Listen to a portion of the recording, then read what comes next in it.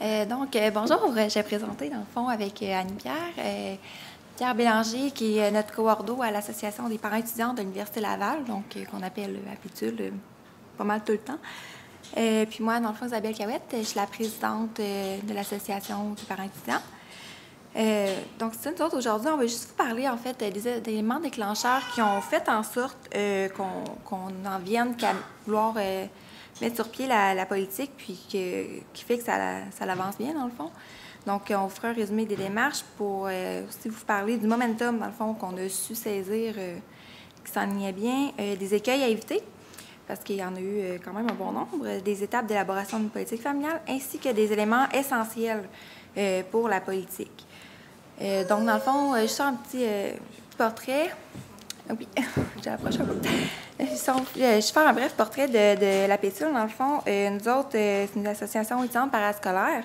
Donc, on n'était pas reconnus d'emblée par la direction. On n'est pas reconnus comme une association étudiante jusqu'à tout récemment. Là, ça commence à vouloir changer. Ça a été fondé en 2006 par 2 mères étudiantes qui constataient l'absence de ressources spécifiques aux parents étudiants sur le campus. Actuellement, on regroupe plus de 600 membres qu'on a su comptabiliser, mais on s'entend les données ne sont pas parfaitement à jour parce que c'est vraiment difficile de les repérer. Là. On en a discuté tantôt. On a quand même une trentaine de bénévoles actifs. Puis nous autres, dans le fond, notre mission initiale, c'était de défendre les droits des parents étudiants, de créer un réseau d'entraide et de solidarité. Maintenant, on est également rendu aussi à s'impliquer dans la mise en place d'une politique familiale. Donc, on a un local aménagé pour les membres, mais c'est ça, il n'y en a pas tant non plus qui sont au courant de ce qu'on met à leur disposition. Donc, pour ce qui est des éléments déclencheurs, nous autres, dans le fond, c'est ça, il y a eu le constat que les discriminations venaient surtout du système, dans le fond, qui était relié à discrimination sexiste, genrée, liée à l'ethnicité également. Puis les situations familiales venaient s'ajouter en surcroît. Là. Donc, les parcours universitaires sont de plus en plus marqués par la maternité. Les statuts d'étudiants étrangers entraînent plusieurs difficultés avec des enfants. On a remarqué que c'était vraiment pire. La monoparentalité également qui entraîne d'autres facteurs, ceux qui ont des enfants en besoins spécifiques. Puis on aimerait ça inclure également un autre type d'étudiants dans la politique familiale. Donc, on parle des proches aidants, dans le fond, pour des personnes dépendantes, que ce soit les parents ou des proches, peu importe. Donc, c'est ça, on a constaté que la discrimination est d'origine structurelle. Dans le fond, c'est lié à l'organisation des études, comme les horaires, qu'on a remarqué qu'il y a beaucoup de cours obligatoires qui se donnent sur la pire plage horaire, donc de 3h30 à 6h30. Tu sais, on est tous disponibles à cette heure-là, ou sinon de soir. Donc, puis quand c'est obligatoire, ben on n'a pas le choix de passer par là à un moment donné quand même. Sinon, c'est lié au programme d'études, des règlements qu'il y en a qui sont obligés de faire. Il y a des bacs qui se donnent uniquement à temps plein, qu'on ne peut pas faire à temps partiel. Des bourses d'emploi en lien avec la carrière encore, qu'il faut absolument être à temps plein. Des pratiques informelles que certains départements vont accorder un cheminement particulier à temps partiel, alors que normalement, il est obligatoirement à temps plein. Mais c'est ça, c'est tout dans l'informel. Donc, il y en a qui vont éviter un bac à cause de ça, pendant que finalement, ils auraient peut-être pu le faire. Dans le fond, c'est ça qu'on remarque que cette organisation-là, ben, c'est hérité d'un système historique, patriarcal, bourgeois, colonialiste. Que c'était vraiment, les rôles étaient séparés, on n'avait pas à ces gens deux 16, donc c'était beaucoup plus adapté dans le temps, mais on s'entend, c'est plus ça aujourd'hui du tout. Donc, on juge que là, c'est le temps que l'université aille de l'avant. Donc, puis qu'est-ce qu'on avait commencé à faire à un moment donné pour essayer de... On voyait qu'il y avait un momentum pour s'allier avec les 2 grosses associations d'étudiants. Puis on a commencé à faire circuler des images virales, tu sais, de situations vécues. Il y en a une, ça l'avait passé dans le journal aussi. On sait, il y en a une maman qui s'était fait dire qu'il fallait que l'accouchement pouvait se prévoir. Donc, si elle manquait un examen pour l'accouchement, ben, elle ne pouvait pas le reprendre. Donc, on a lancé cette image virale-là. Donc, on a réussi à aller sensibiliser comme ça la population étudiante là, en faisant tourner. Donc, si on fait le bref résumé, si on recule une petite affaire avant qu'on se rende là, justement, on a dû aller chercher des partenaires financiers pour avoir un poste rémunéré de coordo, parce que le bénévolat, c'était pas suffisant pour être capable de mettre un nombre suffisant de temps, dans le fond, là, pour avancer. Donc, à partir de mars à juin 2016, donc, on a élaboré un plan d'action, ce qui nous a permis par la suite d'avoir un financement important sur 2 ans. Donc, là, quand on a fêté nos 10e, on a pu faire un World Café, obtenir des renseignements, dans le fond, de qu'est-ce que les parents étudiants avaient besoin, qu'est-ce qu'ils remarquaient ou qui étaient les plus lésés. Donc, suite à ça, bien là, on a commencé à s'asseoir avec la direction pour montrer les lacunes qui avaient été observées. Puis, on a parlé aussi avec les 2 grosses associations, donc de premier cycle ainsi que celle de 2e, 3e cycle, pour finalement en venir qu'à former un comité de politique familiale. Donc là, bien, ça représentait 100% de la population étudiante. Donc, on ne pouvait pas se faire répondre par l'université qu'on représentait juste un petit nombre négligeable. Là, on était avec ceux qui en représentent 100%. Puis de novembre 2016 à mai 2017, là, c'était vraiment la recherche puis la rédaction pour le mémoire qu'on espère capable de lancer éventuellement. Donc, c'est ça, c'était pour faire état de situation, les preuves de discrimination, les recommandations, dans le fond, des différents acteurs qui sont concernés. Puis, on voulait élaborer justement la proposition de politique. Donc, là, c'est ça. Après ça, bien, c'est de faire de la mobilisation. Donc, créer des partenariats, avoir des appuis, justement, les images virales, que ça allait aider pour sensibiliser.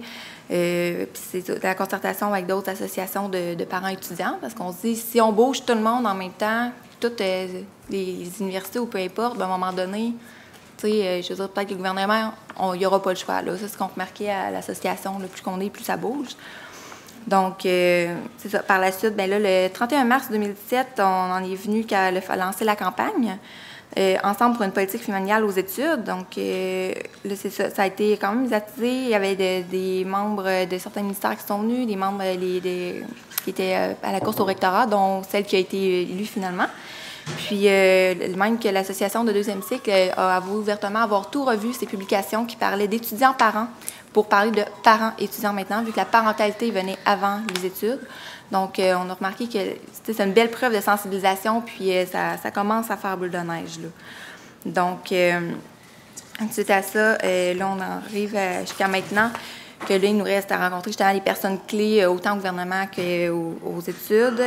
Puis, c'est ça, la recherche de financement pour continuer la pérennité de nos activités, tout le temps demeurer actif pour pas que ça s'éteigne, ce qui est mis en marche.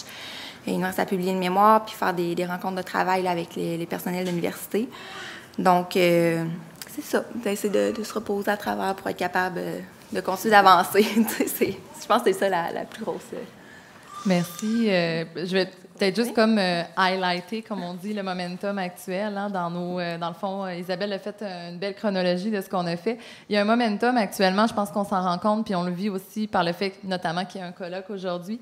Nous, à l'Université Laval, c'est qu'il y avait 2 femmes à la tête des grandes assos étudiantes.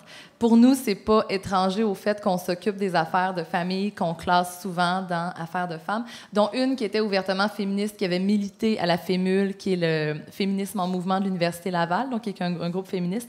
Et donc, pour nous, ça, c'était important à souligner. Il y avait la course au rectorat de l'Université Laval aussi, donc ça nous a permis de rendre visible l'enjeu, notamment grâce à l'Allier et la CADOL, les grandes assos, qui ont organisé un débat, notamment, où la question a pu être posée.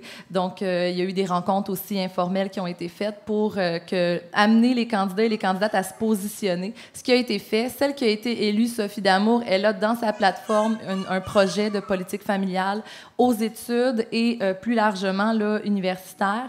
Donc, on va travailler avec elle là-dessus. C'est sûr qu'il y a une convergence de nos luttes aussi, comme ça fait longtemps que CSPE, UQAM et APETUL se voisinent, donc parfois de manière différente, mais toujours dans la même vision. Et on a aussi créé plusieurs partenariats avec des groupes politiques, des syndicats, notamment autour de la coalition pour la conciliation famille, travail, études. On a aussi visibilisé les enjeux par les médias, donc les images virales, des reportages, etc. Puis là, ben, il va y avoir une tournée de consultation du ministère de la Famille et du ministère de l'Éducation sur la conciliation travail-famille études, pour la première fois qui est nommée dans cette lignée. Donc, on est aussi dans une année préélectorale, alors on a intérêt à visibiliser nos enjeux pour, dans le fond, se mobiliser pour l'adoption d'une loi cadre, si c'est possible. Et ce colloque-ci, donc, je l'ai nommé.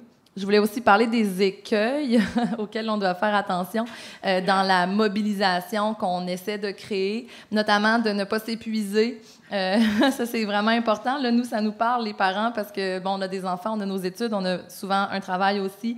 Donc, accepter que les choses ne soient pas parfaites, hein, mieux vaut déposer quelque chose que de ne pas le faire. Nous, on se parle à nous-mêmes à propos de notre mémoire, là, je pense, en se disant ça. S'entourer aussi, hein, travailler en équipe, déléguer.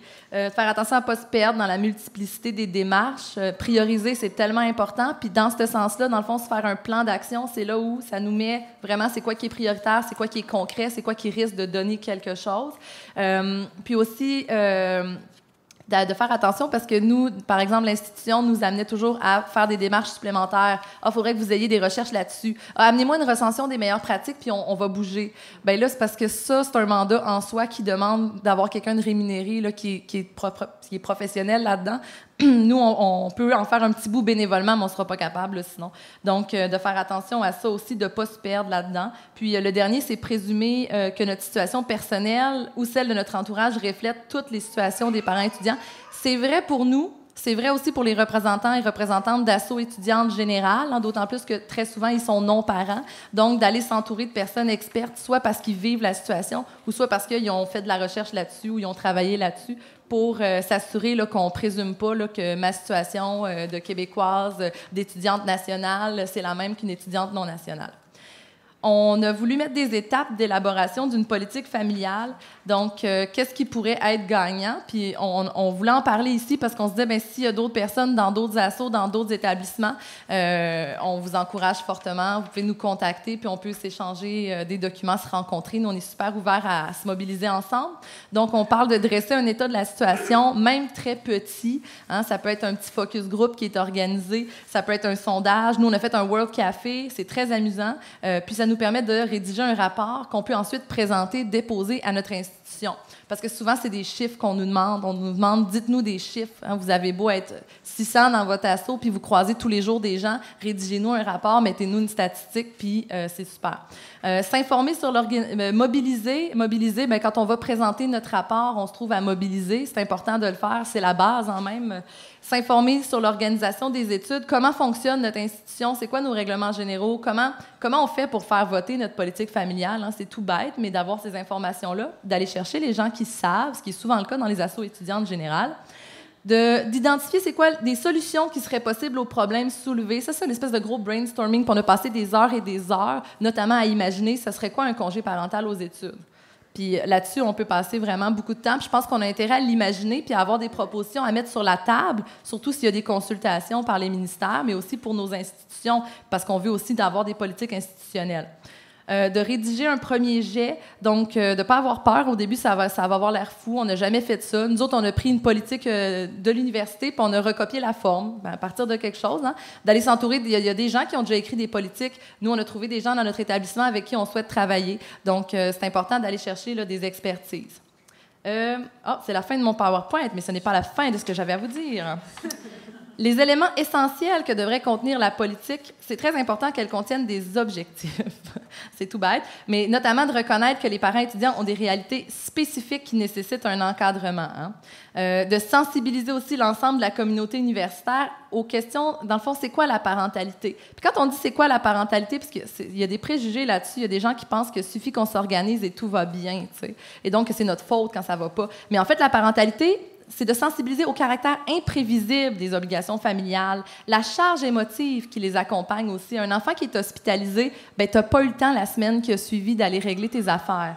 Les efforts constants qu'exigent la grossesse, l'accouchement, l'allaitement, les soins aux enfants, les obligations, le caractère transversal aussi de la parentalité, puis prioritaire par rapport aux exigences des études. Ce matin, j'entendais, tu sais, d'harmoniser la famille aux exigences du monde du travail. C'est la parentalité qui a des exigences. Le monde du travail devrait pouvoir s'harmoniser. Et également la promotion de la pleine égalité entre les hommes et les femmes, aussi entre les personnes de toutes les origines, puis aussi la diversité des familles. Donc ça, c'est les objectifs. La politique familiale devrait aussi contenir des éléments structurels. On dit que le problème est structurel, bien, faut agir sur la structure. Notamment, s'il y a un règlement des études, les règlements généraux, ou en tout cas votre cadre juridique, c'est d'aller voir qu'est-ce qu'on peut mettre là-dedans. Nous, on pensait à un statut temps plein pour les parents étudiants à temps partiel. Je pense que ça fait longtemps qu'on en parle. On s'imaginait un statut réputé inscrit, un peu comme l'aide financière aux études, qui nous permet d'avoir des interruptions pour des raisons familiales, mais qu'on ne perde pas certains droits étudiants, notamment d'aller à la bibliothèque, par exemple, d'avoir accès à des services, de déposer une demande de bourse, pour que quand on va revenir, on n'aura pas été complètement exclu. D'autoriser des congés de maternité, de paternité. Oh, 30 secondes, c'est intense. OK. Bien, je vais y aller avec largement. Donc, si notre politique familiale doit contenir des objectifs, elle doit aussi contenir des moyens. J'ai nommé les éléments structurels, mais aussi des aménagements dans les études et des adaptations du milieu. Elle doit aussi trouver des manières de documenter les réalités locales. Elle doit contenir des mesures de soutien financier. Selon nous, elle doit aussi elle doit prévoir une nouvelle instance institutionnelle, un comité paritaire permanent qui agit sur la politique. Quand on dit paritaire, on dit étudiant et institutionnel. Puis dans étudiant, on veut dire parents étudiants et peut-être avec les représentants des grandes assos. Nous, on imagine un organisme communautaire sur le campus et non pas un centre de services institutionnel. On imagine vraiment un organisme communautaire famille qui travaille en action communautaire autonome, donc pour aller vers l'empowerment et non pas transformer les parents étudiants en toujours bénéficiaires de services. Et on imagine très bien la Pétule pouvoir le faire parce qu'au fur et à mesure, on développe une expertise là-dedans, puis on a tissé des liens avec le communautaire. On ressemble beaucoup à un organisme communautaire, ce qui est le cas également du CSPE-UQAM.